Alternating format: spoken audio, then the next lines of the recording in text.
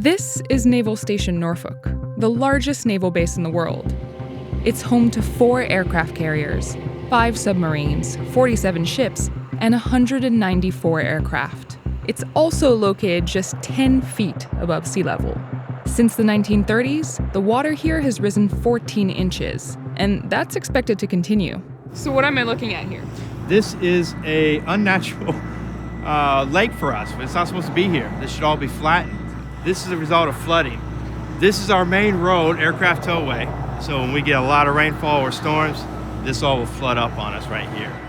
So there's flooding on both sides, and the road is right there, and that's an issue. It is an issue, ma'am. If we have to shut down 2 gates, this is the world's largest naval installation. We have a lot of military personnel and civilian personnel. So it could take up to an hour, hour and a half just to get through 1 gate.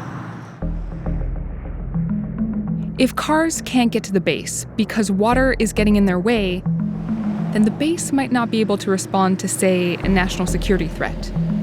Which is why it's now become standard for the DoD to account for sea level rise when building new structures, anywhere. So this is the Sewell's Point tide gauge. Since 1927, it's been monitoring sea level here. Captain Vanderlei is a civil engineer who served in the Navy since 1991.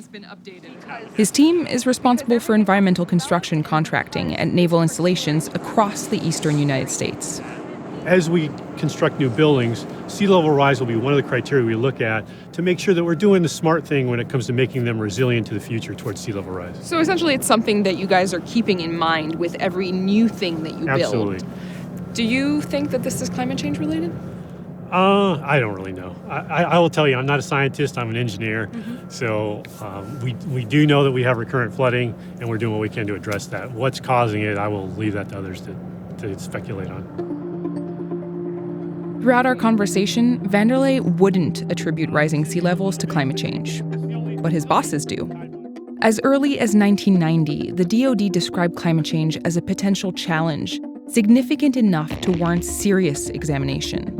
24 years later, the DoD's quadrennial defense review put the stakes in plain language for everyone to see, stating that the impacts of climate change may increase the frequency, scale, and complexity of future missions.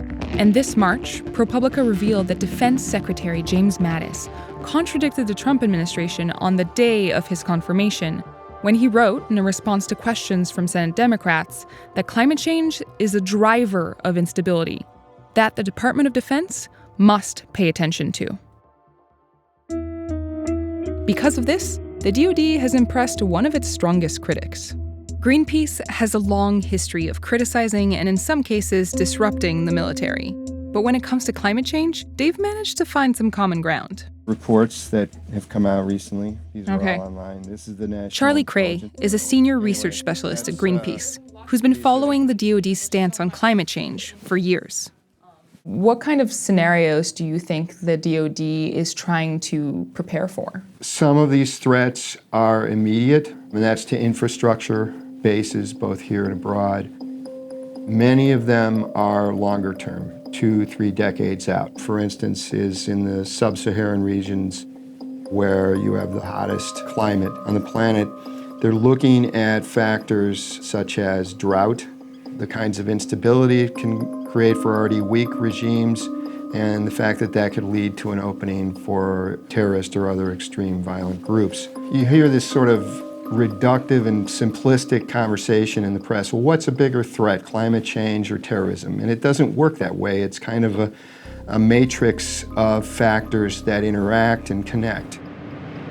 According to Cray, that's why the DoD needs to address climate change head-on, both abroad and at home. Are similar problems occurring elsewhere in the U.S.? Virtually every Navy installation is on the ocean, so virtually every Navy installation needs to consider this.